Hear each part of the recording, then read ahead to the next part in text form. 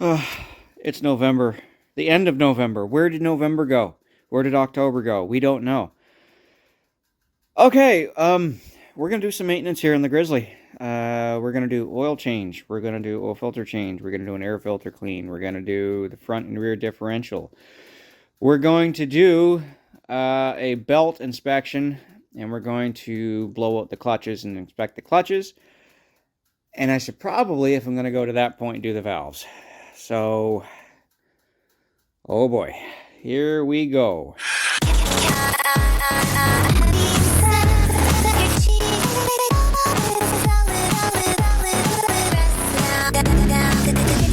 So I'm at around 3,600 kilometers and around 150 hours for this Grizzly. This is 2019 Grizzly 700 fuel injection, if you haven't know. Yeah, so this is all going to be recorded on my cell phone because I can't find my little tripod for my GoPro. In fact, I think the cell phone does a little bit better job recording kind of up close here, so I can kind of zoom in and zoom out, whatever I got to do to, you know, get you guys to see exactly what I'm doing. So this is not going to be a full-on step-by-step, more so of a guideline on how to do this kind of maintenance, because if I got to tell you how to take the seat off and how to drop the skid plates, probably should just take your bike to a dealer. So I do have all the skid plates off of this Grizzly. I dropped everything. It's plastic stock skid plates. I do that every year regardless if it needs a service or not around this time for the fall. Because leaves and pine needles and everything like that. I pulled that pile of leaves out from the dead center of this four-wheeler, right where that, you can't see it, right where that section is right there. All of that was stuffed and plugged in around the bottom end of the engine. That's a fire hazard. So that should be done more often than what you think. So anyway, we're going to get at this. I've got the engine somewhat warmed up. I got to try to warm myself up. It's cold. It's -2. I'm going to try to put my little heater on. And what I'm going to do is I'm going to pull all three of the drain plugs. Drain plug out of the rear diff. Drain plug out of the engine oil. Drain plug out of the front diff. Quick tip. If your ATV is old and this is the first time you're doing it, or if you notice lack of maintenance, well, it's good practice anyway. Always crack open the fill plugs for your differentials first before you pull the drain plugs, because if your fill plugs are seized, how are you going to get oil back in the diff? So do that first. So I'm going to do that, and I'll get back to you in a minute. Mind the flickering light because it's coming from my LED workshop light here. So, pro tip, when you're changing your oil, there's crush washers, and I just forgot to show that on camera here, but there's crush washers on the inside of, well, the ring of your bolt. Their purpose is to try to seal up the mating surfaces between the engine case and the bolt itself, because just putting a bolt in there won't really do much. Crush washers are like a softer steel, and they literally crush when you tighten them down. So if this is your first time doing the maintenance on your Grizzly, or basically any other ATV that you have, you're going to find a little bit of resistance when you start screwing that crush washer in. There is supposed to be a torque specification for all of these drain bolts. Focus here. Jeez. A torque specification for all the drain bolts. However, I'm not going to say that I've been doing this long enough that I kind of know by feel, but I've been doing this long enough I kind of know by feel. And I've actually tested my theory on this. I've tightened it down and then put the torque wrench on it after I thought that was close enough, and it's pretty close. But don't forget that your case is made out of aluminum, and it is soft. And you can strip these threads out very, very easy. Also, once you have the skid plate off of your Grizzly, your oil filter is right here. Kind of there. It's right there. That's mounted on its own kind of little jot out on the front of the engine. And it makes a heck of a lot easier if you take off the skid plates. If you try to do this with the skid plates on, it will make a mess. So I suggest just take the time, drop your skid plates. So I'm going to remove that. I've got the engine oil drained. I've got the rear still kind of dripping into that pan. I have not opened up the front yet. I'm going to do that just in a second here. So before you go and fill your rear differentials, there's a 10mm check plug on the right-hand side that needs to be removed. You'll never see it from the back. If you look at the back of the differential straight on, you'll never see it there. Easiest way to do it, again, is just pull your skid plates. Just don't be lazy, pull your skid plates. And once that is out, you're going to go ahead and start filling. So anyway, I'm just going to grab that, unscrew that the rest of the way. There's your check plug. Focus, not focusing anyway. There's your check plug. So clean that up before you put it back in too, by the way. And don't forget to put a catch pan underneath, again, your rear differential when you do this, because if not, once you start filling the rear diff, it will come out of that check plug hole, which is the whole point of it, and make a mess in your floor if you don't have anything there. So I'm going to grab that again. Do with that. Come with me while we take a walk to the front. Can't use that one, still dripping. We use the old engine oil pan. Tell this is a professional shop. You've become professional when you have 2 drain pans. Okay, so how I'm going to go about this is there's your fill plug, which is a 20mm plug. That should be cleaned up a little bit before I put any oil in it. Nice clean part of the rag, and just go over around here.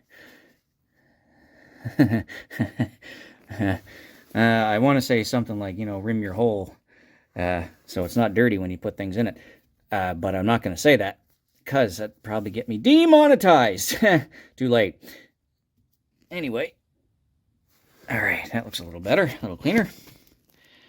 So, how I'm going to fill that is I have a little pump. You can get these on Amazon pretty cheap. I think they're like, it's whistling at me. I think it's like, what, maybe $15 or something?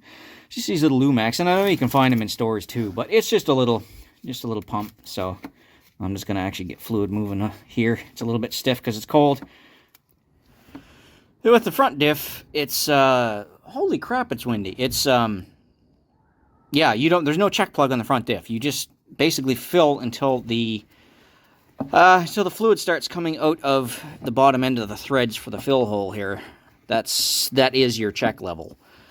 So I'm just pumping away here. Probably not going to be a little bit, but this little thing works great. You just, yeah. Next step, after I get this done, I'm going to top up the engine oil. Hopefully I have enough. But we'll be tackling the belt side after that. I'm going to have to show you how to do that. This is the first time for me actually digging into the 700 belt. Plenty of times in with the 660. I'm probably going to have to do the same thing as take off the footwell. The footwell there probably have to come off. But we'll see. We'll see. Getting kind of hungry too, so I'll top this up and go for lunch. Okay, so to get at where I need to get at for the belt and for the valves, if you're only doing the belt, just this side plastic needs to come off. So the footwell and this piece of plastic here, which means to get that piece of plastic out, and let me see here. Well, regardless, I got to take this off too, so we're just going to do this all at once. So this black piece here in the front, the rack, just pops up in a couple spots, just with rubber grommets. Just like that, and then that pulls out of the way, and then there's a rat nest of wires in there. That's where the brains are. So, leaf. I don't know why I didn't cut all of that wire down and just splice it all together. Those are from my my LEDs, my rigid pods. But anyway, everything's nicely tucked away in there, and including the battery. My God, I hope you don't have to do anything to the battery out on the trail. It's kind of hard to get at. Yeah, so to get that out, what's next? I got to get this piece of plastic off here. So that means I got to get 2 10mm bolts. And I don't believe there's any other bolt underneath there. It's probably just clipped. But I got to pull these breather tubes out of there. I really like how high they have all the breather tubes for everything that's on this ATV. It is really nice. So those can kind of tuck away there. Those can pull out of there, pull that one out of there. And it's a long one. And I gotta feed them back through.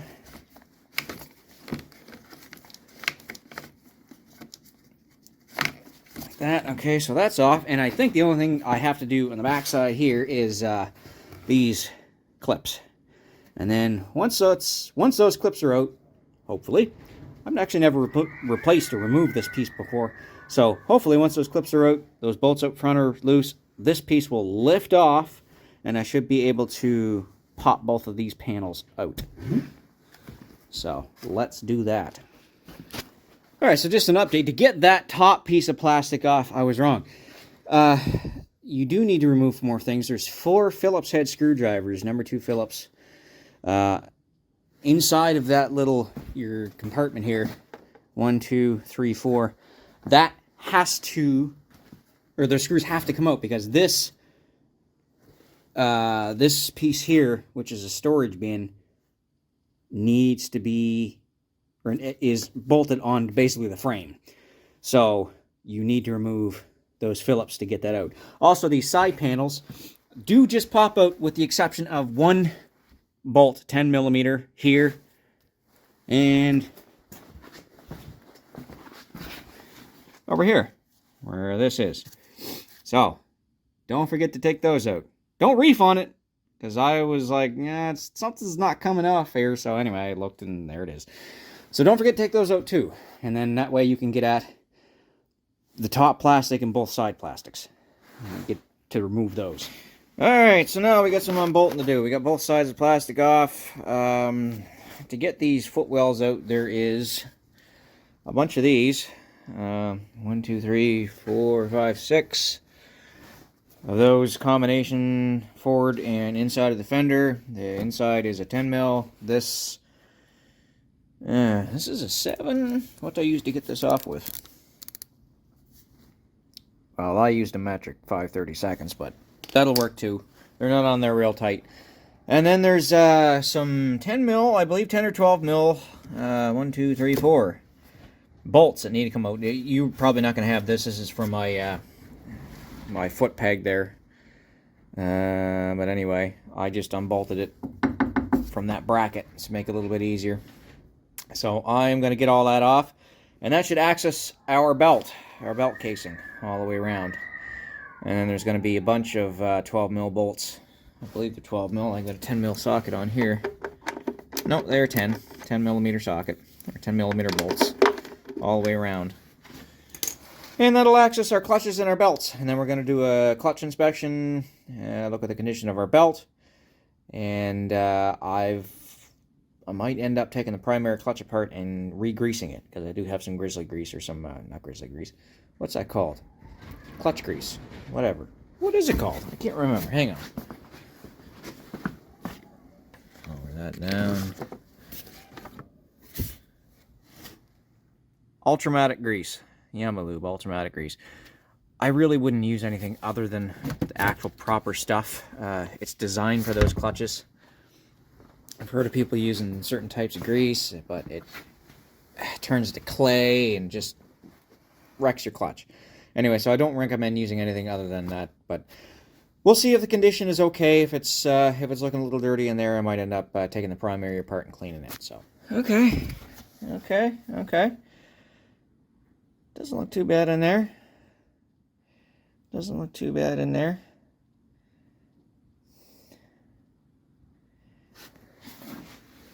Belt looks like it's in good shape. I'm going to give everything a quick blowout here with compressed air. And might take that cage off here. And just check out the condition of the grease inside of this primary. Yeah, so let me get my air hose out and get everything a good spray down or blow down.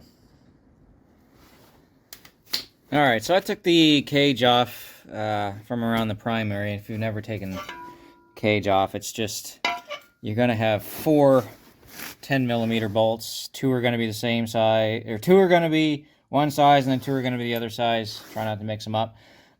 If you want to take the belt off from this point, I'm actually going to take the belt off of this myself. And I'm going to pop the primary off, which is just going to be this nut here. And take it over to my bench and clean it up. I don't really see a lot of grease in there. It's pretty dry, so I'm just going to... I'm going to take it off and clean it. And I'm at this point now, so why not, right? So, you know, an extra half hour worth of work is a heck of a lot quicker than trying to fix something out in the trail or later on, right? So you don't need to mess with the primary, but in order to get the belt off, you can use the 2 longer bolts on the case that you just took off the cage. If you just put those in these 2 threaded holes, you're going to see the more I tighten them, the looser that belt's becoming. And all that's doing is just spreading out the primary, or excuse me, spreading out the secondary clutch to allow you to get at that belt a little bit easier. It's just going to allow it to clear where it needs to clear. A little bit more. Tighten them even.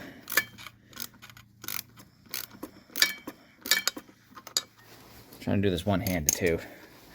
So that should be enough to get that off the secondary. Again, I can't do this without putting the phone down. I really wish I had my little tripod here, but I don't. I will mention too that when you're inspecting your clutches, you want to look for cracks. Like what I'm seeing here. Wow, that flash is bad for that light. What I'm seeing here are not actual cracks. That is just imperfections in the machining and probably part of the coating that they put over this. But do yourself a favor, really look over your clutches good. These things spin very, very fast, so you don't want your clutches to explode. When you're driving, it will be catastrophic to your clutching system, possibly your transmission, possibly your engine, and it's spinning very, very fast between your legs. So, you know, take care of your clutches. So I'm going to get this belt off. I'm going to pop this primary off. I can't remember what size bolt that is, but or nut that is, and I'll put that in there. I am going to use an impact to take that off. So, and on the back side of the cage, in case you're curious, there is just a little carrier bearing in there. You can see it's kind of gritty. I got to clean all that up too. So, yeah, I got some cleaning to do here. So hang tight and I'll get that belt off.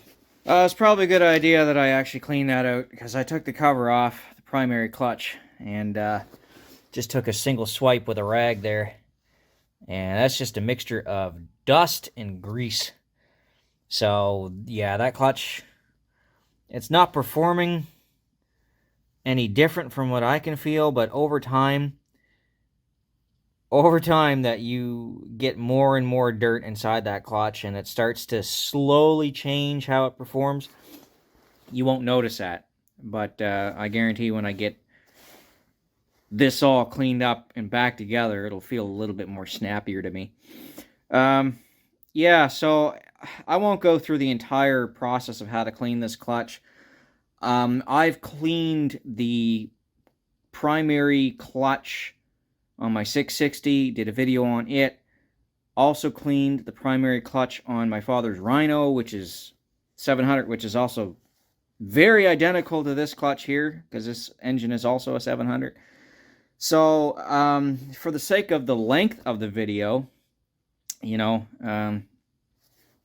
just go find one of those. Maybe I'll link them in the description below. But if you've never seen inside of one of these clutches, you know, you've got like a pressure plate, you've got your weights, you've got your dust cover, you've got your sliders. All that needs to come apart, be cleaned, and reassembled, and put back together on the bike. But anyway, again, for the sake of the length of the video, this I didn't know I needed to do, but obviously I do. So go find that other video. I'll put the link in the description below. And yeah, we'll continue on with our service here. What I'm going to do, I'm going to clean this up. I'm going to put it back on the ATV.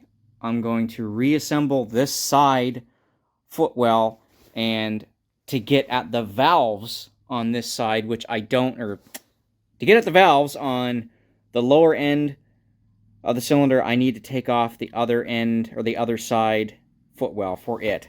And I'll show you why in a minute. I don't know if I'm going to get to the valves today, but it'll definitely be in this video once it gets assembled and published. So, alright, so I got the clutch all cleaned up. I got everything, well, the cage back on anyway. Noticed something when I was putting the clutch back together. Make sure you check your tubes. I don't know if it's focusing or not, but like that's just that's just floating in there. Same with this one. Just floating away, not sealing any water. Luckily, I don't run in super deep water. But yeah, okay. So yeah, don't forget to check all that. So I did notice that inside of this airbox, I don't know if you can really see in there. I had a little bit of, this is the intake tube, 2019 Grizzly. They come like this from factory. That's Yamaha always had a really crappy airbox in all these Grizzlies. My 660 was like that. I put a aluminum flange on here. You can do that. EHS Racing makes a flange kit that you can modify your airbox to put that on. It's still an option, but I noticed in between the intake tube and this part here, which is hollow, which houses all of your breather tubes, there's a little bit of dust I found just like between the intake tube and right here. I found a little tiny bit of dust mixed with oil, thank goodness. Hopefully it didn't actually get into the intake. Kind of just sitting right on the edge of that bell for the intake. So not liking that. So I'm going to have to maybe investigate that. I don't know. I've heard of people getting some like air filter foam to jam in between here underneath this little section here. There's so many spots that this airbox can leak. It can leak around the seam here. It can leak in through here, through here, through here. And of course, it just sucks. It sucks. So if you're really worried about it, I'm not at that point just yet. If you're really worried about it, go with the EHS Racing Kit. You know, they're very easy to find online. I'm not sponsored by those guys or anything like that, so I'm not going to link product, but it is an option to go with. I wish somebody would come up with something different. Just a whole different airbox and get like reroute these tubes somewhere else, because it's just a crappy design. Anyway, you just check your tubes. Check all of your intake tubes, check your belt tubes. I'm going to go through and check all my coolant tubes now. All the way, you know, like in here, all of the lines that go from, you know, the coolant to cool the head and all that kind of stuff. I'm going to check it all because I didn't do that. So anyway, yeah. Yeah, okay, so what I've actually decided to do is, because it's just a gooey freaking mess down there in the airbox, to get at the top valves, which I'll probably end up adjusting first, what we're going to have to do is we're going to have to drop that floor, that foot pedal, what the hell am I trying to say here? That floorboard. That side's going to have to come off. I just put this side back on with the on the belt cover side. So to get the airbox off, actually to get at the top valves, because they are tucked up underneath there, you'll never be able to get them. There's just no way. This little storage box has to come off here, and I believe it's just the one 10 mil bolt. So remove that, and looking at the front, mind the flicker of the light, looks like it just pops out of there. So a couple rubber grommets. So I do believe it is just the one 10 mil bolt. Like I said, this is the first time for me digging this far into this new Grizzly, so we're kind of learning together here. Pop that off, and then we should see the top valve cover. We should see the intake, and while that's off, I'm going to take this airbox right off and get it cleaned up really good, because this is gross. Can't have it like that if I'm going to put a brand new, well, not brand new, but clean filter back in there. So hang tight. Alright, yeah, that was easy. It was just a 110 mil bolt right here. In fact, let's replace that so I know where it goes. Just like that. And then once that bolts out, these two rubber grommets is the only thing that holds the front end of that storage bin in there. So there is the top of your valve cover. You can't really adjust the valves yet until you get that floorboard off, because you need to take off some other things, and I'll show you that in a minute. Basically, you're going to have to get down here, see that plug, and then that plug. That is what needs to come out in order to turn your motor over to get to top dead center. I'll show you how to do that, but you can't do that unless you either drill a hole in your plastics or just take your floorboard off. So, but what I'm going to do, again, I'm going to take this airbox completely off and clean it up really good. So, yeah, so I'm just going to pop this out of the way. So to get this off here, what's going to happen is, firstly, I'm going to take my compressed air and just blow all over here just to get it as clean as possible, because once this boot is off, you're literally taking, you're open up the mouth of the beast here. You don't want any contaminants in there, and once you take that boot off, it is wide open down there, and the throttle body is just going to drop straight into the engine. So, yeah, don't do that. Make sure it's nice and clean. And then what we're going to do to get the airbox off is, there's a line here for the crankcase breather, which you can see just goes to the front here. And then this line here is for your AIS system, which is a bunch of California BS. Basically, it just, I don't know, it helps evacuate the, whatever. It's hooked into the exhaust system. To put it plainly, it's just for emissions. It's for emissions. Creates a vacuum, helps with the temperatures in the exhaust, that kind of thing. It's dumb. You're linking your exhaust to your airbox. Dumb. Anyway, so that needs to come off, and then the main clamp needs to come off for the front. And then once that's, oh, by the way, yeah, missed two bolts. There's actually a nut down here, or bolt down here, and then there's a bolt right here, which are both, I believe, 10 mil. Yeah, they look 10 mil. Right here and over here. And to get at that one is a little bit tricky, because you do have your rectifier regulator kind of stuck right here. But you should be able to get a wrench in there in order to get that off. So once all that's free, we should have the top of the motor exposed. We should have the intake open, which I will be covering. And the airbox will be out, so I can give it a nice thorough clean. So I did forget one thing when I was removing this airbox. Mass airflow sensor. Actually, no, sorry, that's not a mass airflow sensor. That's a temperature sensor. Air intake temperature sensor. Just goes inside of that intake tube. And that's just on the side. That would have been right there. And I forgot to unplug that and tell you guys about it. So anyway, I went to drop it out, and it didn't drop out, and that's why. So don't forget about that. So, yeah.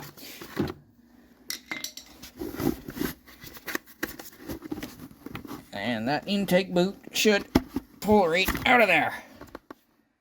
Yeah, see, that's just a crappy freaking design, man.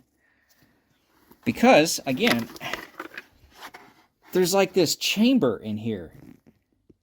And right there, you can see the dust.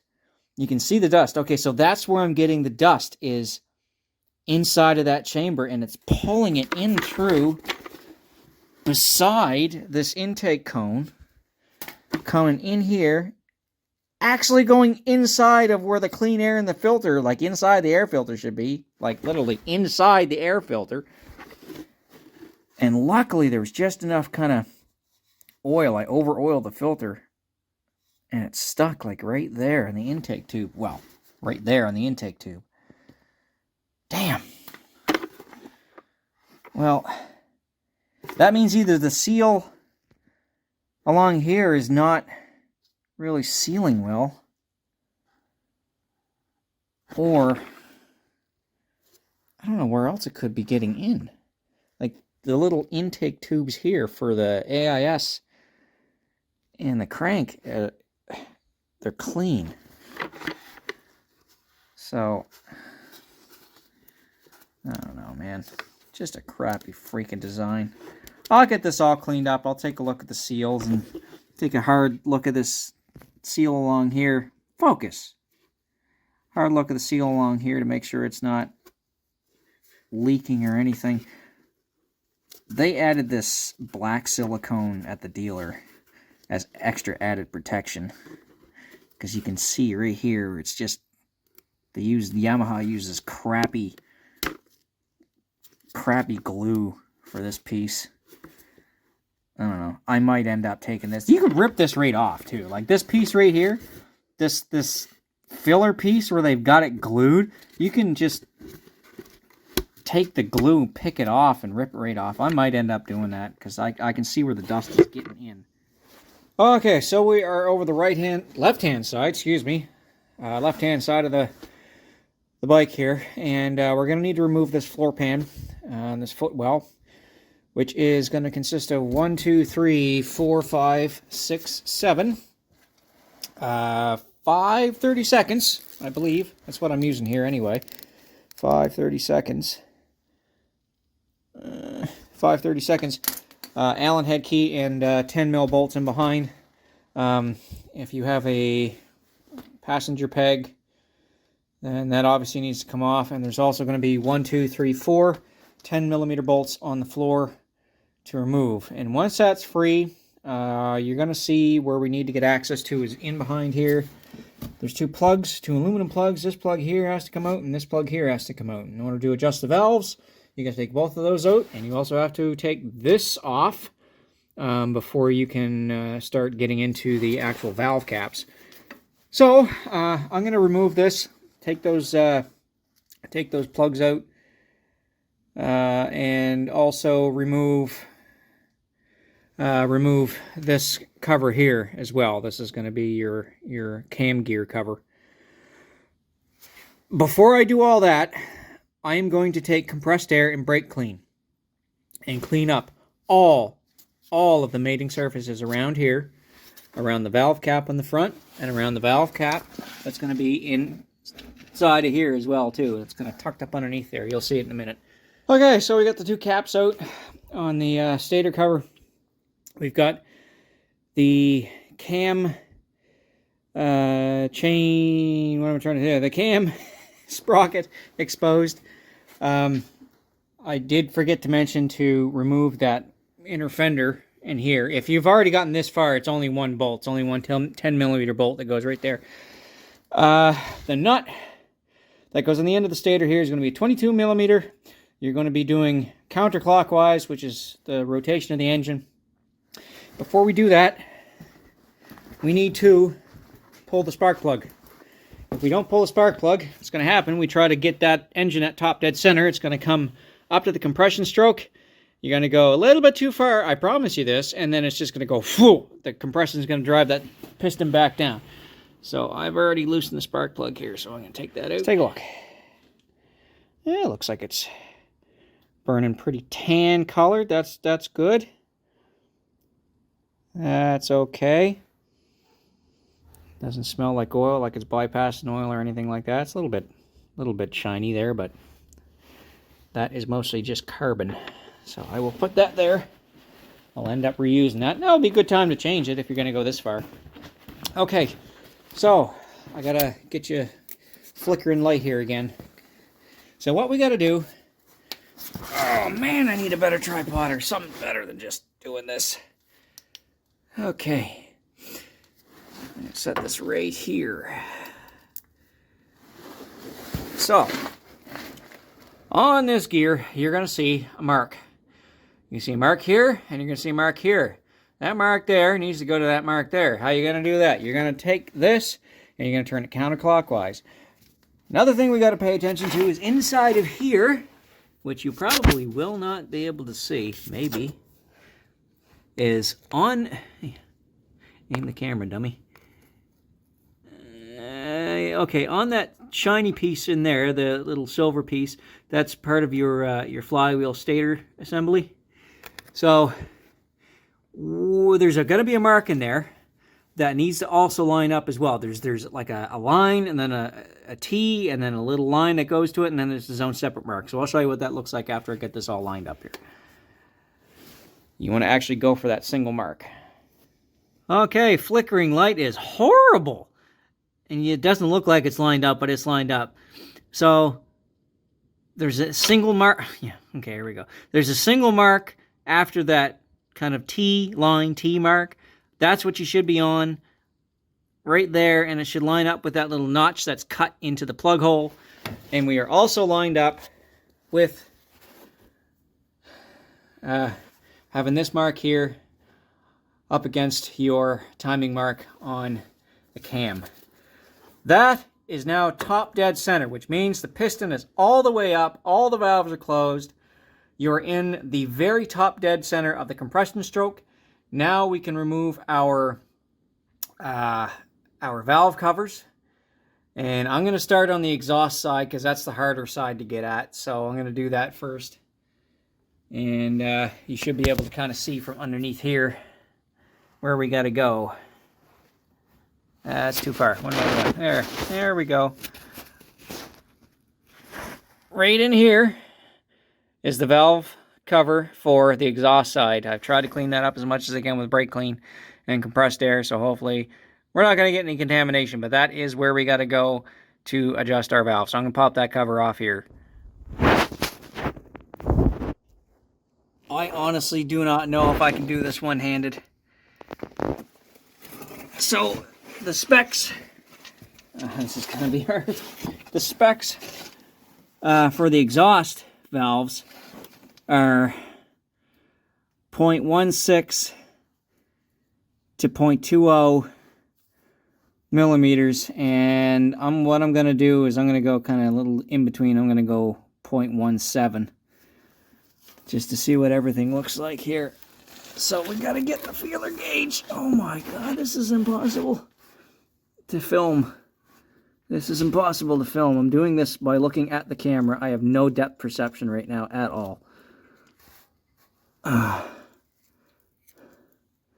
There's just no way. There's no way. Anyway, what you're going to do, you're going to check your valve clearance. You're going to check in between, come on, in between right here and that tappet valve. If it's too tight, what you're going to do is you're going to loosen off this jam nut, and you're going to back off that tappet valve a little bit, insert your feeler gauge here, and you're going to tighten that tappet onto the feeler gauge between right here and the top of the valve, and then tighten your jam nut and see if there's any resistance. There should be a little bit of resistance sliding that shim in and out of there, that feeler gauge. If it's really tight, you've got it too tight. You need to back off and try again. If it's still loose, you need to tighten that tappet down again and then continue to try. So that's going to go for the two valves that's in here. This valve, and there's another valve right here because it's a 4-valve head. There's 1, 2, and then 3, then 2 intake valves. So I'm going to have to do that. There's no way I can do this and film it at the same time. Not without some sort of stand. But anyway, I'm just giving you some idea where to go here. Okay, so what I found was a little bit easier. Actually, quite a bit easier. Unbolt that reservoir tank and just tie it up out of the way. You'll end up having to take that top overflow tube off. But once it's off, you just move it up out of the way. And that gives you a little bit better access to where you got to get for those that valve adjustment. I did end up adjusting my valves for the exhaust, and now I'm going to be doing the intake. Same procedure. It's going to be a little bit easier on the intake side because it's right on top here. A lot of these ATV engines, small engines, kind of in general, you think the valves will get loose over time. They actually get tight. So my valves were 2 thou under spec, so they were too tight. So, got to be doing the same thing with the intake valves. Intake valve adjustment is a little bit of a looser tolerance actually than the exhaust. These manuals, these shop manuals, they're like $100 to buy. Proper shop manuals from the manufacturer, but you know what? It's there in front of you. You don't have to worry about a computer. It's there in a book in front of you with pictures. So, okay, so exhaust was 16 to 20. I adjusted it to 0.17. Sorry, it's a lesser tolerance. So your intake is going to be 09 to 13. So I will be adjusting that probably about 11. So back when I started YouTube, I did put out a quick little video. I think it was called like "Screw You Valve Adjustment Tip." Anyway, a lot of times you're going to find these little tappet valves, or the tappets, excuse me, after you take and loosen off the jam nuts. Very hard to turn with your fingers, and you're supposed to have some sort of special little tool. See, it's got a small square head. Guess what else has a small square head? Robertson, number 2 Robertson. Actually fits directly over, nice and snug, and you can turn that tappet in and out, just like that. And you can even hold that screw and tighten down your jam nut at the same time after you get that feeler gauge in there. So, yeah, just thought it's a pretty neat trick, and save you from buying a little extra tool and frustrating yourself. So, yeah. I'm going to get this top intake valve adjusted to 0.11. And what would be next after I do that? Yeah, well, tell you what I'm going to do. Get the valves adjusted. I did fix up my airbox a little bit. Hopefully it's going to be a little bit better. Hopefully I caught where that little bit of dust might have been coming in. I'm going to show you what I did as soon as I get the airbox back in here, which is going to be after I get this adjusted and get those valve caps back on and replace the cam chain and sprocket cover. Okay, welcome to the floor of my garage, which is nice and cold. Got the heater going. It's the next day. Next couple days, actually. I had to go away for work. So yeah, this is what I did with the airbox. Some just standard RTV high temp silicone / adhesive to try to seal this top end up a little bit because, man, just a really crappy design, like I say. So, a couple clips ago, I said I was going to check all the clamps. So, when I go to put this intake tube back into the airbox, this is what I noticed, right? I didn't notice this when I was loosening it, but when I tighten it, I'm going to do this one-handed. So, it is just to the point where it's starting to get tight around that seal now. Let's do that again.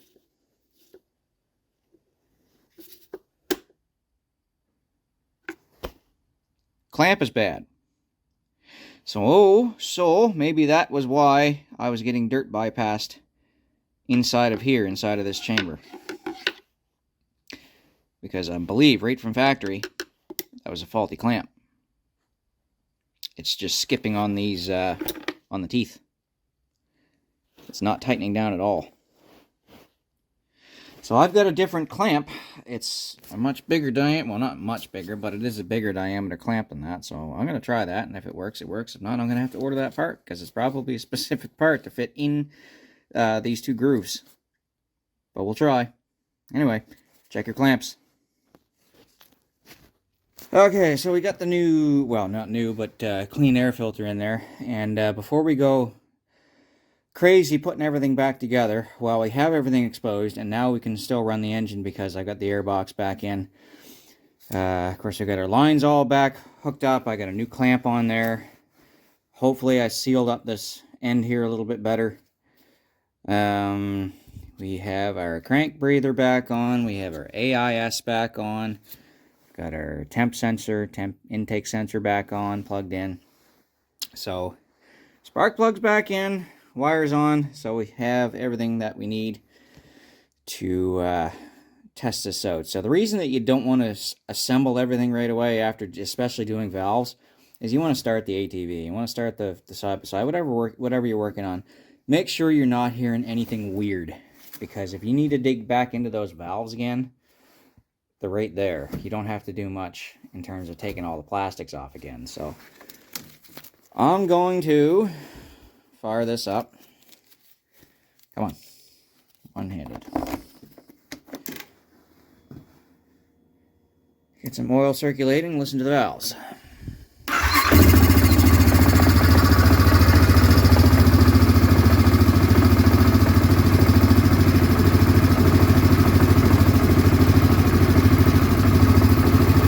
I'm just going to stick my head kind of close to the valve cover, put my hand right on the valve cover, make sure I'm not hearing any weird tapping noises. Don't mind the smoke, that's just a little bit of oil that dripped on the header. Coming close to here.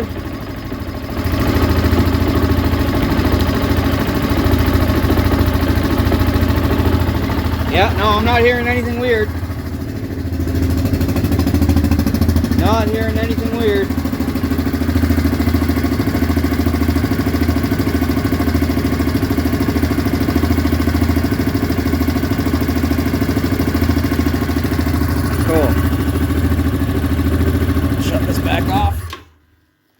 Good. Well, that sounds good to me. It started up right away. So, a little bit of exhaust smell in here now. Could be fun putting it back together. So, yeah, you know, that's kind of the 3,500, 150-hour maintenance schedule for Grizzly 700. Yours might be a little bit different, but anyway, this is just kind of a general guideline on what you should be doing around that time frame, and it goes for a lot of other manufacturers too, for around that, you know, that 3,500, 4,000 kilometer mark. So again, things that we covered, we did front diff oil, we did engine oil filter, we did rear diff, we did the air filter, we cleaned that, and we also found a loose / bad clamp right from factory. My fault, really. I should have went over this bike with a fine-tooth comb when I got it right from the factory. We fixed up part of the reservoir for the airbox for the AIS and the crank breather. We adjusted valves. We cleaned the clutch if it needed to be cleaned, and it did. So, yeah. So that's kind of a general overview, and I hope, you know, this is, you know, you're not going to watch me put everything back together because you've already watched me take it apart. So I hope that, you know, these kind of guideline how-to videos gives somebody out there a general idea of what you're going to get into when you do this maintenance schedule for your ATV or your side-by-side. And yeah, if there's any questions, you know, ask them below. I'll try to remember to put torque specs up in the videos and stuff like that too, so when I'm editing the video. Last thing I'm going to do is I'm going to grease my rear knuckles and put skip plates back on, other than assemble all the plastics. So we're ready to go. We'll see you guys next time out on the trails. Right guy out.